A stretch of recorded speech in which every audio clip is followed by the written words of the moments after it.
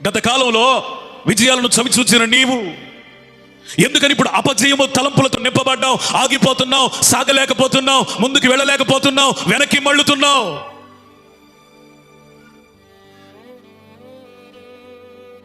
ఎందుకని ఓటమి? ఇంతకాలం నడిపించిన దేవుడు దూరమయ్యాడా? అన్యాయస్తుడయ్యాడా? పక్షపాతం కలిగిన వాడు ఉన్నాడా? శత్రువుల పక్షమున చేరాడా? నో. నీవు కానీ నేను కానీ ఆత్మీయ జీవితంలో ఓడిపోతున్నాం, సాగలేకపోతున్నాం, ముందుకెళ్ళలేకపోతున్నాం. గత కాలంలో చవి చూసిన విజయాలకు దూరంగా బ్రతుకుతున్నాం అంటే కారణం ఏంటి?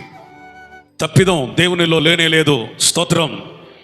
నీలో ఉంది, నాలో ఉంది, మనలో ఉంది. దేవుడు ఎప్పుడు అన్యాయస్తుడు కాదు.